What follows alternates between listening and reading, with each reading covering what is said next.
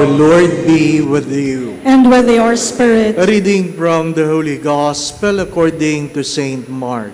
Glory to you, O Lord.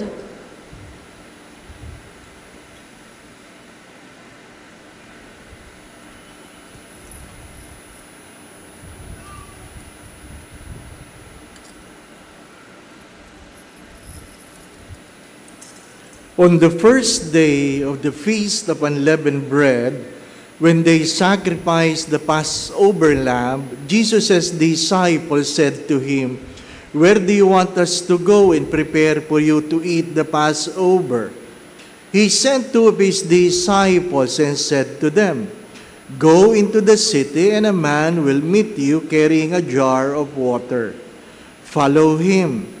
Wherever he enters, says to the master of the house, 'The teacher says, where is my guest room, where I may eat the Passover with my disciples?' Then he will show you a large upper room, furnished and ready. Make the preparations for us there." The disciples then went up, entered the city, and found it just as he had told them. And they prepared the Passover. While they were eating, he took bread, said the blessing, broke it, gave it to them, and said, "Take it, this is my body." Then he took a cup, gave thanks, gave it to them, and they all drank from it, and he said to them, "This is my blood of the covenant, which will be shed for many. Amen, I say to you, I shall not drink again the fruit of the vine until the day when I drink it new in the kingdom of God." Then, after singing a hymn, they went out to the Mount of Olives.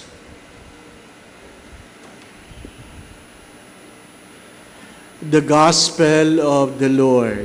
Praise to you, Lord Jesus Christ.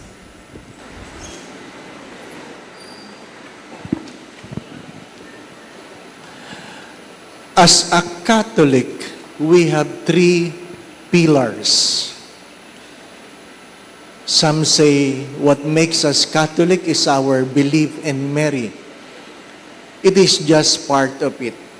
We have three C's. Three C's. One is the creed.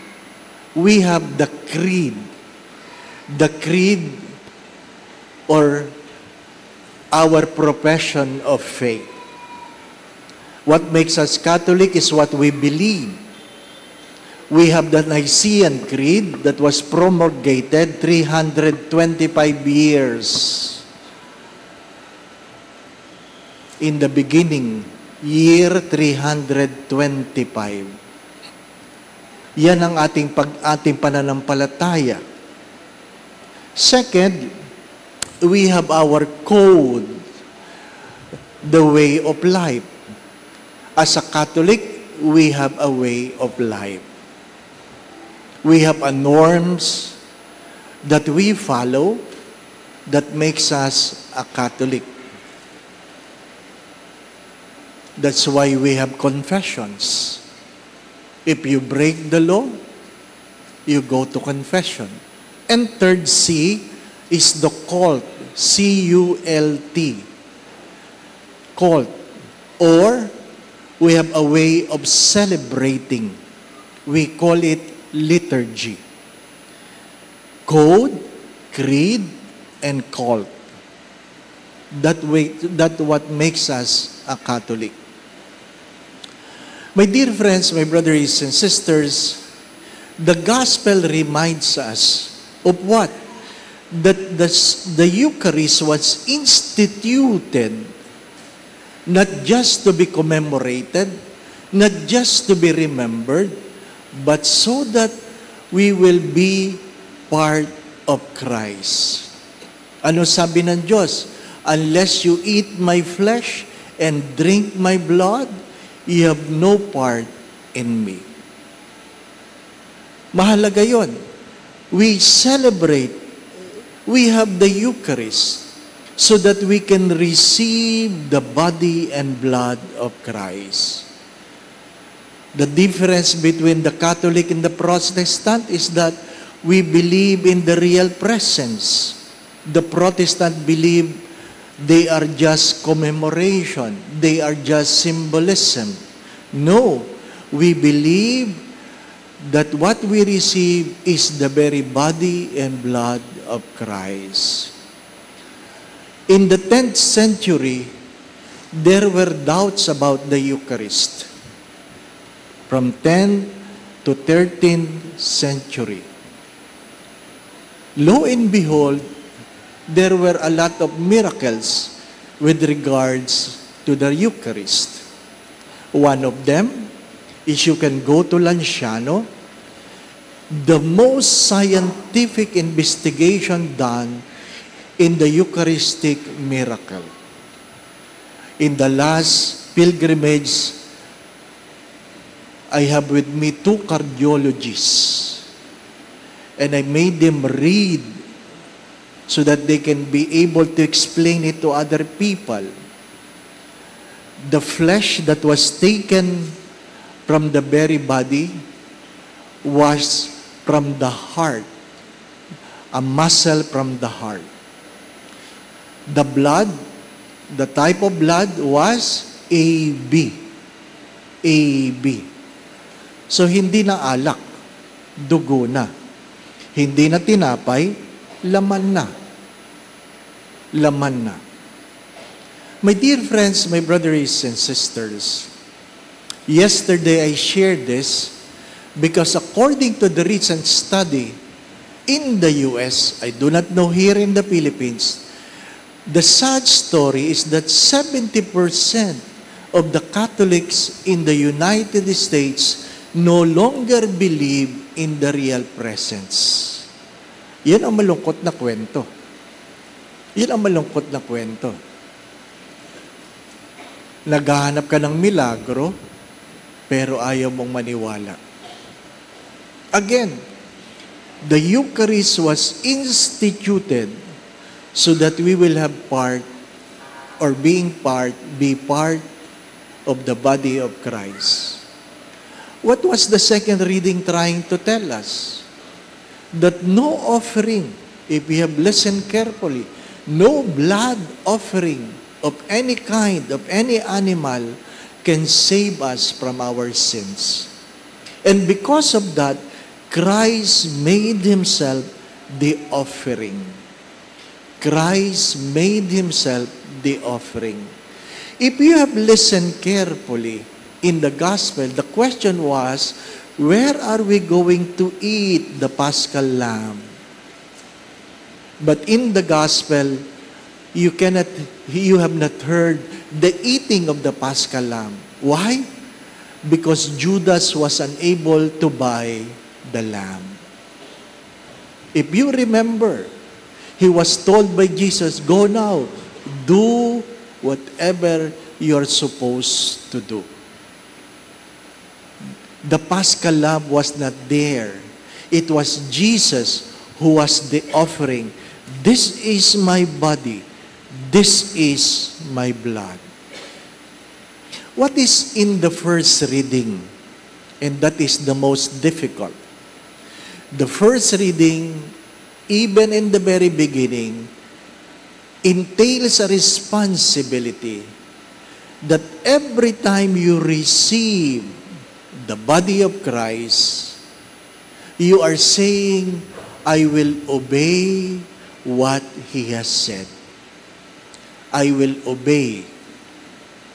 Mga minamahal na mga kapatid, ang pagtanggap ay isang pangungumpisal, isang pagpapahayag ng pananampalataya na gagawin ko ang kautusan ng Diyos.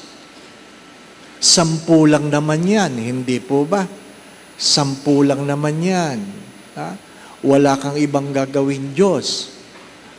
You keep Sabbath holy. You shall not use the name of God in vain. You honor your mother and father. You shall not kill. You shall not commit adultery. You shall not steal. You shall not bear false witness.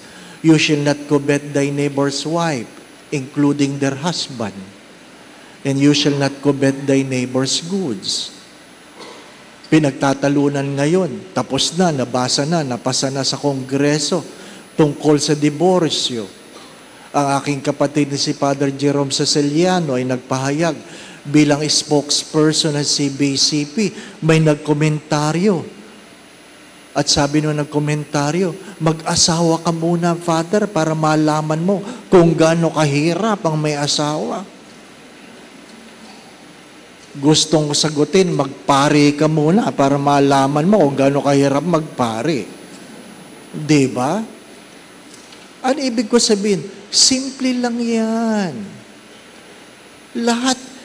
Talagang hindi lahat pwede maging engineer. Lahat hindi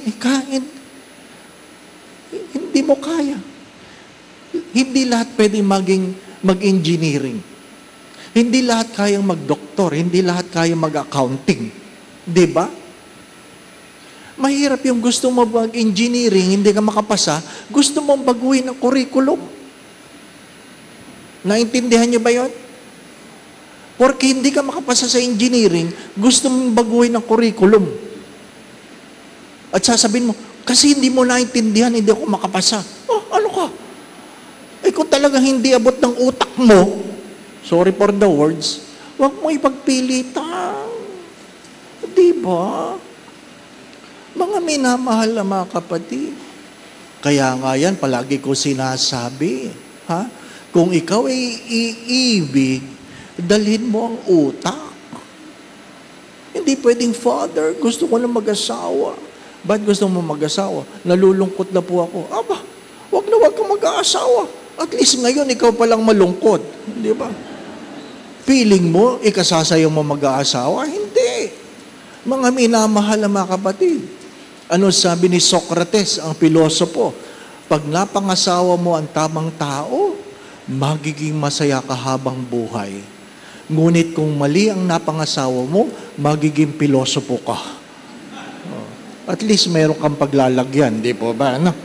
Mga minamahal na mga kapatid, the code, the way of life was there in the very beginning. It was there in the very beginning.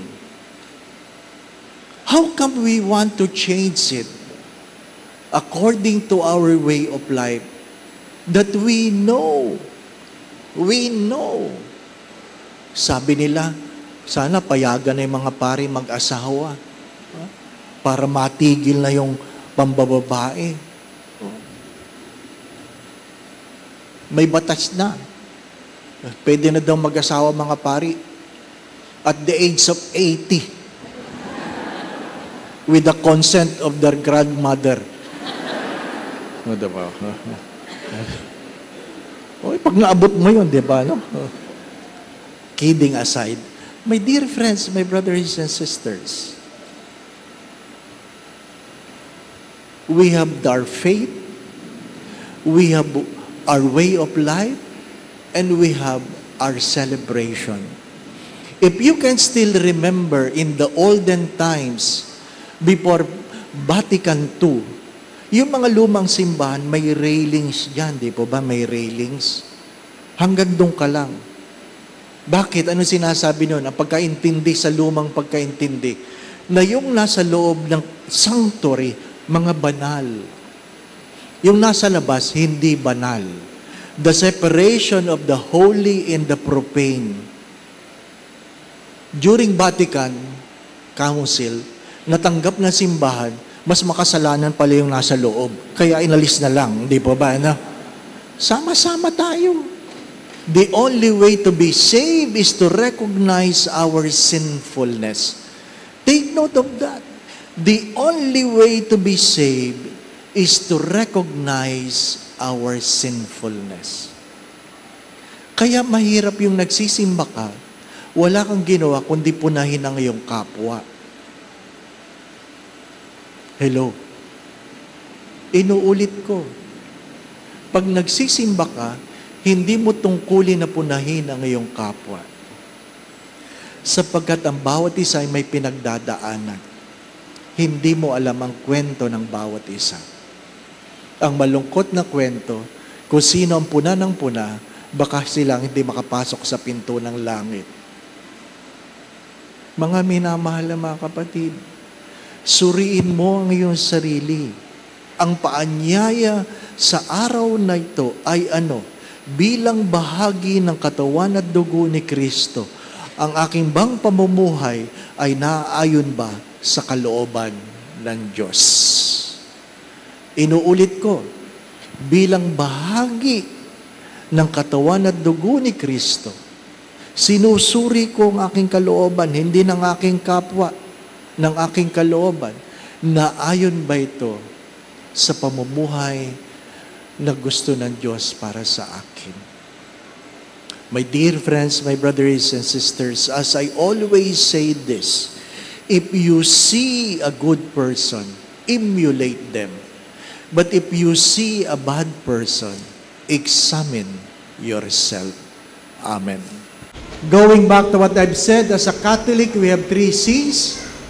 The creed, what we believe, the code, our way of life, and the cult or the liturgy, how we celebrate. Do not forget this, my brothers and sisters, that the Eucharist is the core, the apex, and the summit of our Christian life. Paalala ko lang. Ano po? Paalala ko lang. Ha? Baka kailangan ng ipaalala ito. Pag sinabing the body of Christ, huwag kayong sasagot ng thank you. Baka sa sobrang tagal natin hindi na nakapagsimba. The body of Christ, thank you. Amen. Ang sagot po, amen. Ibig sabihin nun, I believe. Amen. So be it. Ano po? Yung iba naman kumikindat lang.